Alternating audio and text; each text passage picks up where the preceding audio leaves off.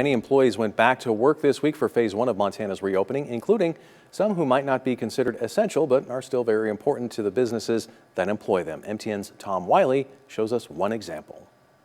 It's Kate Harilla's first day back at work after a 47-day furlough, and she's a little nervous. It's exciting, it's nerve-wracking, but I'm also really happy to be able to come back and see everybody. Thank you.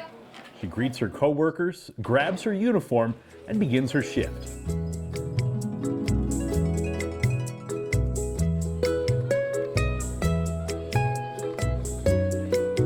All of the mermaids are really happy to just be able to get back into the water, and being the first one here to greet all the patrons, I'm super proud, and I'm glad that Sandy picked me for it. Mermaids are back in the pool at the legendary O'Hare Motor Inn Sip and Dip Lounge, but that wasn't a sure thing earlier this week after some mixed messages from the Cascade County Health Department and the governor's office on what constitutes a public pool. One wanted us to be allowed to get back in the water, and then another one was just like, maybe not yet, and our boss kind of petitioned it.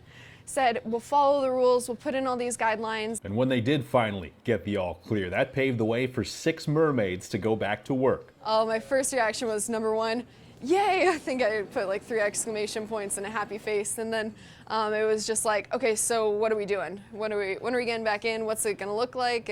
But it's not business as usual quite yet. Capacity in the lounge is limited and bar seating is prohibited during the first phase of reopening. There's no complaints from Harilla and the rest of the Sip and Dip staff as they dive in to the new normal. So it'll be great to have full staff back, everybody just kind of back to normal. I know we gotta get there the right way, but I think when everybody's back and we're having a good time, it'll be worth it.